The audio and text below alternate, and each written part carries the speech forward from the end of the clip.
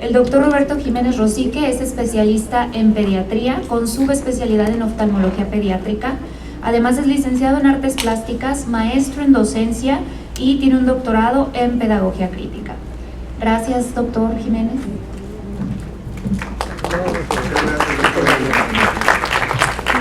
Buenas tardes. ¿Será posible un poquito más de luz aquí? Un poco más de luz, por favor.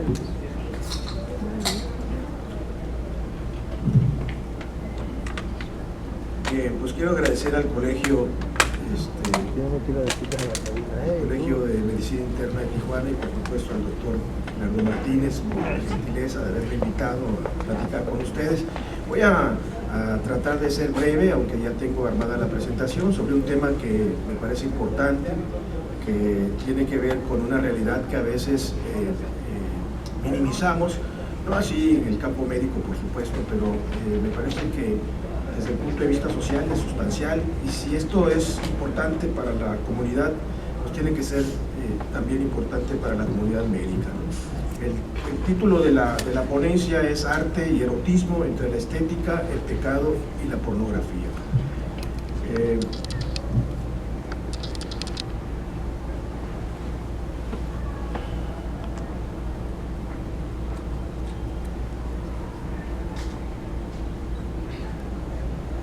¿Podemos ver los cambios de diapositivas aquí? Bien, hay un epígrafe de George Bataille, dice: este autor postula que las prohibiciones no solamente limitan el comportamiento sexual, sino que también lo estructuran, de manera que el erotismo se alimenta de las posibilidades de romper esas prohibiciones. Las transgresiones de los límites es lo que convierte al erotismo en una experiencia cargada de significado y de emociones. Determinar qué es erotismo, qué es el arte erótico, o qué es pornografía, o bien si su consumo es un acto inmoral o pecaminoso, es un asunto eminentemente subjetivo que depende de las condiciones establecidas en cada contexto, pues las percepciones respecto a los significados de estos términos varían en las distintas culturas que nos preceden y las que ahora nos conforman. Tiene algún sentido delimitar cuándo lo erótico y lo pornográfico deben considerarse normal o degenerado. Si para el arte ambas condiciones son un pretexto estético, reflejo del contexto sociocultural y político y por tanto permisibles, ¿por qué entonces no partir de ese señalamiento para la construcción de una sociedad tolerante? Sin embargo, ante el respeto al libre albedrío que nos tutela, la razón de esta ponencia es únicamente argumentar estos conceptos para que cada uno de nosotros los coloque en el lugar que su conciencia lo permita. Tratemos en principio de diferenciar, si es posible, estos conceptos. Si bien representaciones relacionadas con la sexualidad, el arte erótico alude a todo aquello que a partir de las representaciones relacionadas con la sexualidad genera excitación sexual, emocional y sensual, son inseparables de lo físico y mental sin que tenga como fin la procreación. En tanto la sexualidad que se construye durante toda la vida, que incluye comportamientos sexuales y el cómo elegimos expresarnos genéricamente, las relaciones sexuales que son un componente de ellas pueden estar orientadas a la reproducción o bien a centrarse únicamente en la búsqueda del placer, mientras que la pornografía suele entenderse como la representación explícita de actos sexuales que buscan producir excitación en el receptor. A pesar de las diferencias, terminan siendo sucesos enlazados estrechamente, relacionados entre sí, fundamentales en el desarrollo humano y la sobrevivencia, admitiendo, por supuesto, que existen otros medios ideados por el hombre que no requieren ni del erotismo, ni de la sexualidad o la pornografía para perpetuar la especie. Aunque es indiscutible que la capacidad de experimentar y expresar el erotismo no es única en los seres humanos, En este tiene particulares implicaciones que suelen manifestarse como una combinación de pensamiento simbólico, creatividad y complejidad emocional. Por ello, amerita aceptarse en toda su heterogeneidad sin someterlo a cánones restrictivos que solo contribuyen a confundir y dividirnos. El uso adecuado como instrumento represor con el que se ha respaldado e impuesto cánones religiosos y conductas heteronormativas que colocan a los sectores sociales en los extremos, lo que impide ver o entender al otro. La religión le ha asignado a la sexualidad valores normados respecto al comportamiento erótico natural del ser humano, en el que existen amplias discrepancias en las interpretaciones. Así vemos cómo las lecturas que se originan dentro del tradicional pensamiento occidental tienden a demonizar el sexo, una percepción totalmente contraria a la visión oriental, donde el sexo por lo regular es considerado una de las más altas expresiones de lo espiritual y lo divino. Lo que es imposible negar es que el erotismo sea una cuestión individual, influenciada y determinada por el contexto. En ese sentido, algunas culturas han hecho del erotismo una religión, en tanto que otras lo han convertido en algo vergonzoso o pecaminoso. Son arte las representaciones eróticas. Las representaciones eróticas se remontan a la prehistoria de la humanidad. Hallazgos y estudios no tan recientes señalan que además de las deducciones relacionadas con rituales y ceremonias sobre la fertilidad concedidas tiempo atrás, conjuntamente a la necesidad de copular para asegurar la continuidad de la especie, nuestros antepasados hicieron también uso de la imaginación y exploraron las posibilidades de sus cuerpos, por lo que el sexo no únicamente tendría un carácter reproductivo, incluiría también la búsqueda del placer y el erotismo. Las culturas desarrolladas en los anales de la civilización, como la mesopotámica, no tenían restricciones religiosas o morales, sí, y se entendía en tanto que la mujer como el hombre eran poseedores de la capacidad de seducción sexual. Dejaron vestigios pétreos que son descripciones explícitas de genitales, de juegos eróticos practicados entre ellos y de la penetración. No obstante, como sociedad patriarcal, en determinados aspectos la sexualidad femenina fue la más restringida que la masculina. Los dioses egipcios enseñaban que el acto sexual era la base de la armonía del cosmos y de la fertilidad de la tierra. Aun cuando la sexualidad humana estaba sometida a ciertas reglas, no se excluía la búsqueda del placer.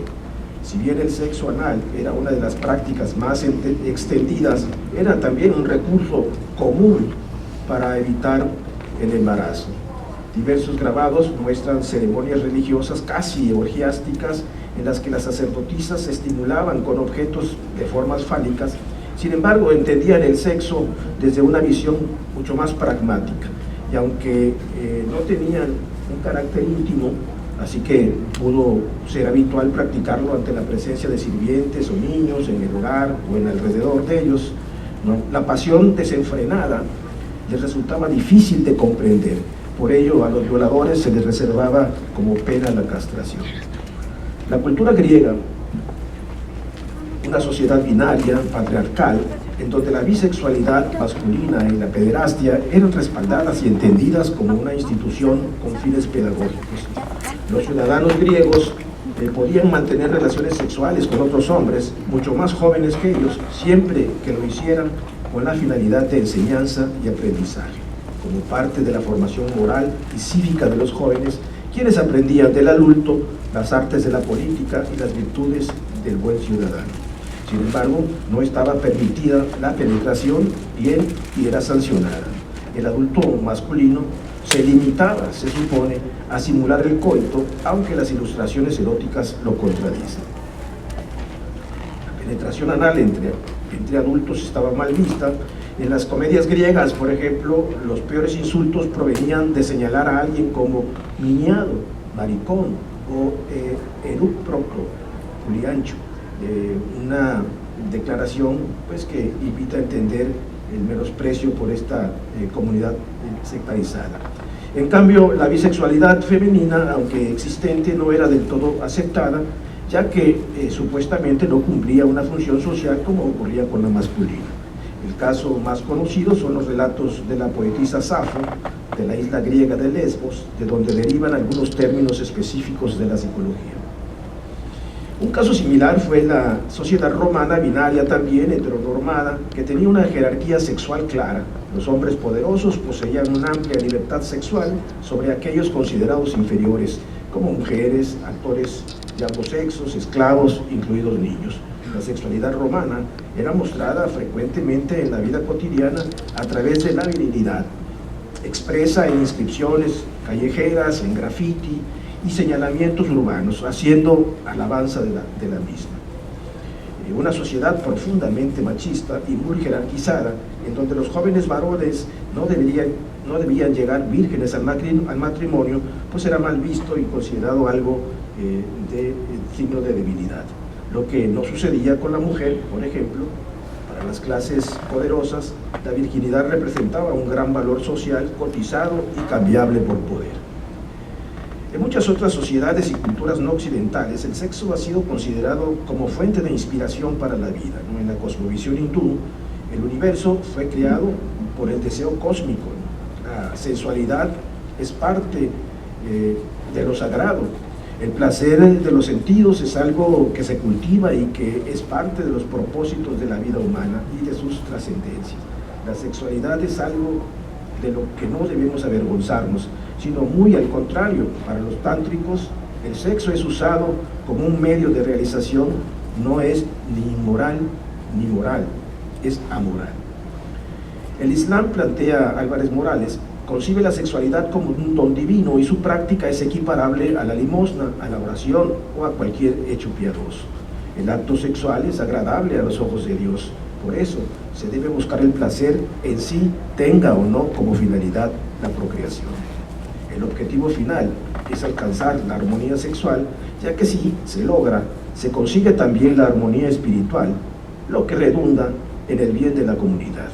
No obstante, la representación gráfica de la desnudez, ya sea en el arte o cualquier otra forma, se considera contraria a los principios de modestia y privacidad en el Islam, ya que busca, se dice, proteger la dignidad y la castidad de las personas. Sin embargo, la sexualidad, desde la mirada occidentalizada, muestra todo lo contrario. La revela como una cultura exótica, completamente erotizada y pecaminosa. Los movimientos filosóficos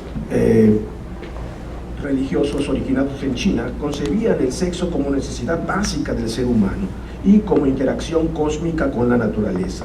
Lo usaron para mejorar la salud e incrementar el placer, creando técnicas de desarrollo sexual recomendadas en el arte de la vida nutritiva. Se consideraba el deseo sexual como una necesidad física innata, como el hambre, la sed. Los filósofos chinos pensaban que la satisfacción de los deseos físicos debía estar regida por reglas y rituales sociales para maximizar el placer y minimizar la ansiedad en su búsqueda. Quizá fue por ello que en ningún momento el sexo y su representación gráfica fue tomado como un inconveniente.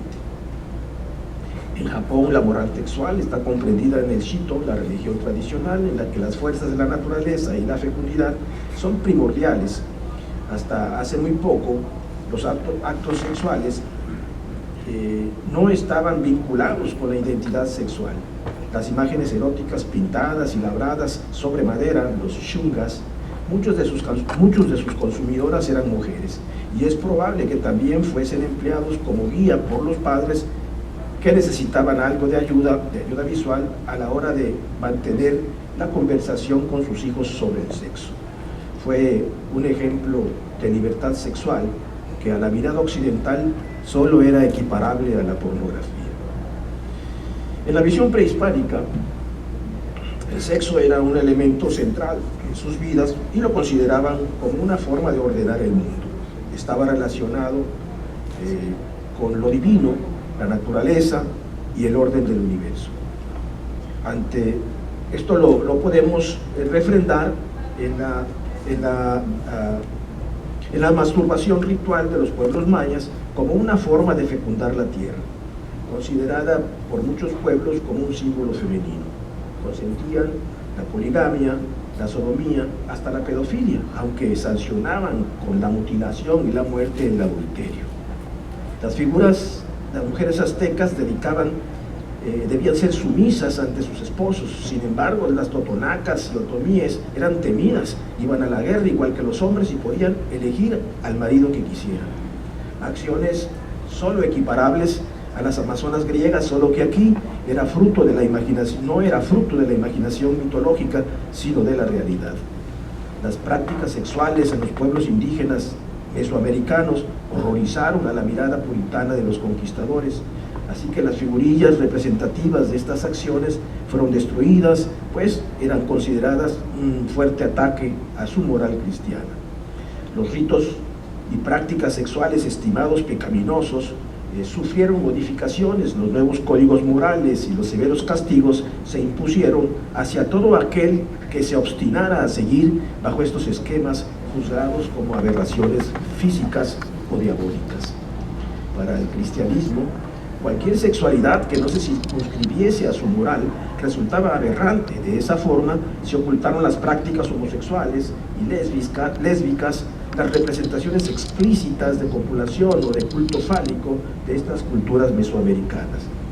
No obstante, las prácticas sexuales clandestinas ejercidas por presión, intimidación y consenso dentro de monasterios, conventos o iglesias que contravenían todos los principios morales por ellos impuestos, se ocultaban o jamás se sancionaban.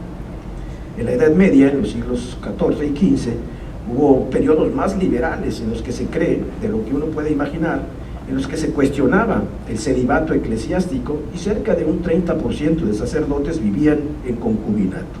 Aunque es cierto que la doctrina religiosa no siempre fue permisiva, marcó reglas como la prohibición del sexo durante 2/3 del año por respeto al calendario católico. Fue a raíz de la expansión del protestantismo de Martín Lutero en el siglo XVI cuando se empezó a imponer una doctrina más amplia para combatir, más restrictiva. Vemos pues cómo a partir de la imposición de la religión judeocristiana, todo lo vinculado al sexo sería visto como obsceno, vergonzoso, contrario a una vida virtuosa. El origen de estos puntos de vista provienen de la idea de que la sexualidad humana fue creada por Dios con el propósito de la procreación y la intimidad, que proporciona a una pareja sexualmente activa una relación esencial, emocional y espiritual. De ese modo, el sexo debe restringirse a una relación de por vida entre un hombre y una mujer. Todo aquello que transgreda esta norma será etiquetado de pecado y por ende prohibido y duramente sancionado. Los pecados de la carne extramaritales exigían más que penitencias redentoras, su obstinación los conduciría al infierno. El reordenamiento mundial provocado por las invasiones y conquistas de las naciones occidentales favorecerán la expansión de su cultura a otros continentes y a través de políticas, el comercio y la religión. El colonialismo o el neocolonialismo en nuestros días continúa rubricándose con esas normas, sigue determinando qué está bien o qué está mal y qué es lo que debemos hacer. Este sustrato del pensamiento occidental, potenciado por la religión, el consumismo, fortalece a la hegemonía dominante y mantiene sumiso e invisible al otro. Lo erótico también es subsumido. Erotismo versus pornografía versus arte. La liberación sexual en el siglo XX despliega nuevas formas de ejercer la sexualidad, denunciar las falsedades y la doble moral de las sociedades modernas. El ejercicio voluntario de la sexualidad se convierte en un derecho del individuo contemporáneo. Sus representaciones discursivas dejan la clandestinidad para convertirse en una elección libre. Su disponibilidad forma parte del derecho a informarse, a entretenerse y a educarse. La palabra pornografía, que deriva del griego porné, prostituta o grafo, grafé, descripción, etimológicamente sería descripción de la prostituta. Sin embargo, es una palabra que tiene poco uso o un uso nulo, sino hasta el siglo XIX, que aparece en el argot literario francés, ¿no? Y que irá sufriendo ajustes de interpretación hasta su connotación actual, universalmente aceptada como la representación explícita de actos sexuales que buscan producir una excitación. Bajo esta definición podríamos encontrar infinidad de referencias en las culturas primigenias que han representado el acto sexual de diversas maneras, como pictografías, figurillas, a quienes además de sus connotaciones ritualistas o de fertilidad, se le ha atribuido la capacidad de excitar sexualmente al receptor. Sin embargo, el concepto moderno de pornografía que prevalece en nuestros días se define a partir de la comercialización masiva del material erótico en el siglo XIX, durante la época victoriana, que dejaba de ser privilegio aristocrático y se comenzaría a ser sancionada como una diversión indecente y perversa que debía mantenerse en la clandestinidad. Será hasta la pornografía moderna, que alcanza un alto nivel de presencia animada en los cambios propuestos en la revolución sexual de la década de los 60, y que llegó a concentrarse a conocerse como la edad de oro del porno, una calificación que ha sido rebasada con creces en la actualidad con el uso desmedido del Internet y de la saturada y multimillonaria industria del porno.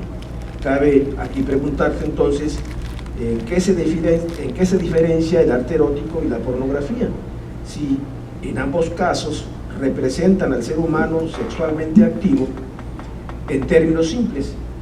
Es decir, tradicionalmente el primero, el erotismo, se refiere a la representación artística de temas relacionados con el amor, la atracción sexual, la sensualidad con la que se busca estimular la imaginación y las emociones, a menudo dejando espacio para la interpretación y la subjetividad. En tanto que la pornografía se centra en la representación explícita de actos sexuales con la intención de provocar excitación sexual. Sin embargo, no olvidar que ello no descarta la atracción, el estímulo a la imaginación, las emociones que pueden incluso concluir en la procreación. Ante este dilema, el pensamiento libre argumenta y emite juicios, a veces tendenciosos, otras convincentes, que finalmente terminan estableciendo criterios. Por ejemplo, la feminista Michelle Marzano declara la industria porno como la perfecta ilustración del sistema capitalista y sus paradojas librepensadoras, en las que, en nombre de la libertad sexual, el deseo se reduce a una mercancía. Aunque gran parte de lo dicho retrata una verdad, esta no es absoluta y no todo mundo comparte esta definición. Néstor Rustein, doctor en medicina y psicoanalista, considera que la verdadera perversión consiste en que el único goce que existe es el fálico. Incluso para algunos intelectuales, como Salman Rushdie, considera que una sociedad libre y civilizada debería ser juzgada por su disposición a aceptar la pornografía. El pensamiento contemporáneo ante la vida trepidante, pues sujeta a reglas inamovibles y controversiales, igualmente muestra su cansancio, y esto provoca reflexiones con otros argumentos polémicos también. El posporno, que surge en oposición a la pornografía, por ejemplo, se apropia de la pornografía para denunciar el sometimiento que está detrás de la aparente liberación sexual.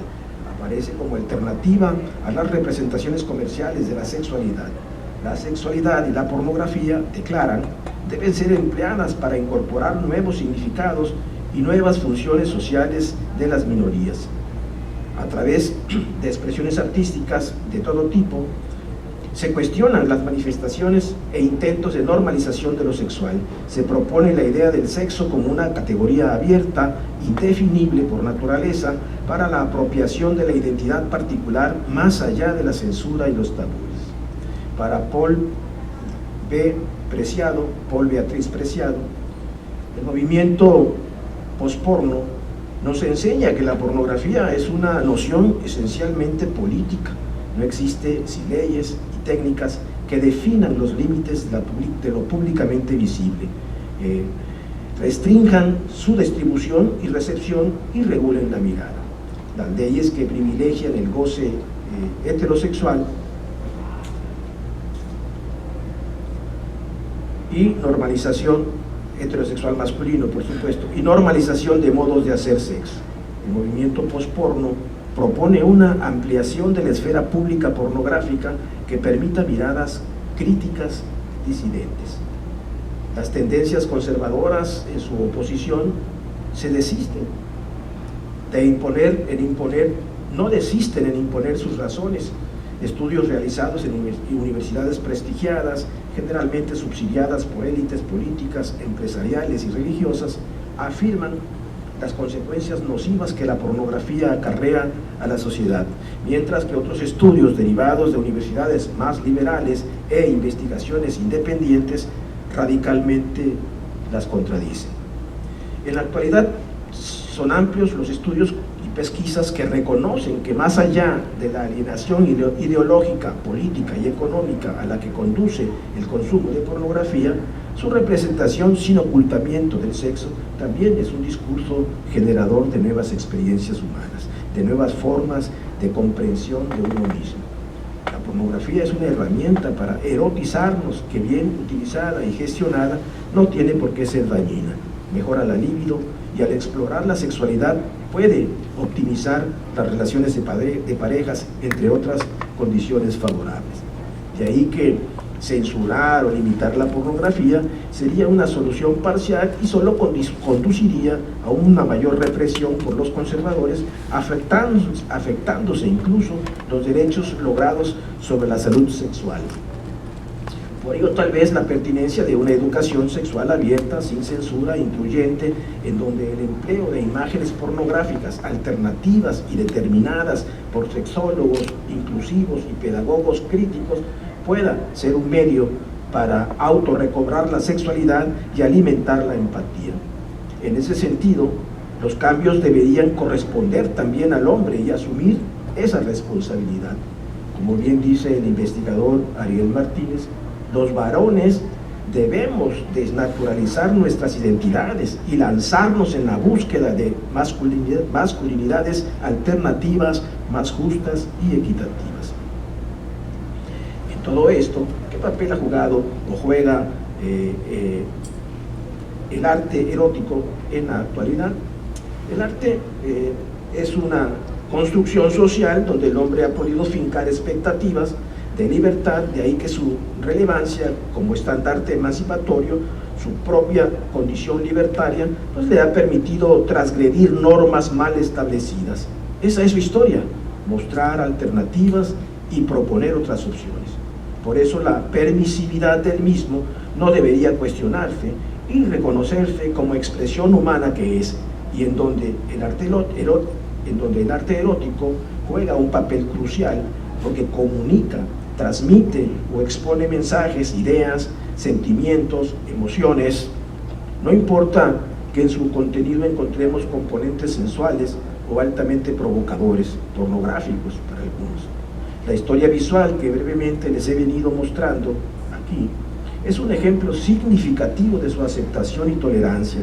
De ahí que lo encontremos adornando muros en espacios religiosos, en espacios monárquicos, en hogares y colecciones como un signo de estatus y de poder económico. Sin embargo, el papel crucial que desempeña el arte en toda sociedad, al ser reflejo de su tiempo, lo convierte en memoria, enriquece la convivencia humana y favorece la reflexión. Así también, las expectativas eróticas sobradas de contenido emocional generan un sentido compartido de experiencias que nos interconectan con otros. estimulan la deliberación crítica, favorecen el pensamiento abstracto y por tanto permiten una mejor comprensión del mundo. Pues este inventario de nombres relevantes en la historia del arte que he mostrado aquí, sumado a una extensa lista de figuras ausentes, no es que hayan estado o estén equivocados de sus posturas sexuales, es el sistema que los estigmatiza, los rechaza, el tiempo que los arropa con cinismo, con esa doble moral que siempre los ha fortalecido, que lo muestra y lo oculta según su conveniencia, de ahí la nebulosa y la aparente tímida claridad en torno al tema. Al replantearnos estas manifestaciones a partir de la libertad que representa el arte respecto el respeto que la diversidad sexual exige, la tolerancia absoluta por lo que somos o queremos ser, estas expresiones tendrán que asumirse como ejemplo de lo que implica la condición humana, que es variada y perfectible, que bien puede ser útiles para reconstruirnos en el compromiso del respeto y empatía, asumiendo la diversidad cultural, política, sexual y religiosa sin restricción alguna y sin imposiciones. El erotismo, como sugiere George Bataille, se encuentra intrínsecamente relacionado con las normas y las restricciones sociales, y no es simplemente una cuestión de deseo sexual o placer, sino que está profundamente conectado con la transgresión de los límites establecidos por la sociedad, y eso es de suma importancia. Sin embargo, el arte erótico, o no corrige prejuicios ni destruye dogmas. El arte plantea las cosas desde la libertad que le da sentido a sí mismo, para que cada quien, bajo esa premisa, asuma la responsabilidad que le corresponde. De ahí que el arte erótico, en su inherente libertad que lo recrea, trazado desde una postura tolerante y sin prejuicios, no únicamente desmitifica, apuesta por el libre albedrío y ofrece expectativas para una sociedad equitativa, sexualmente feliz y sana. Que así sea.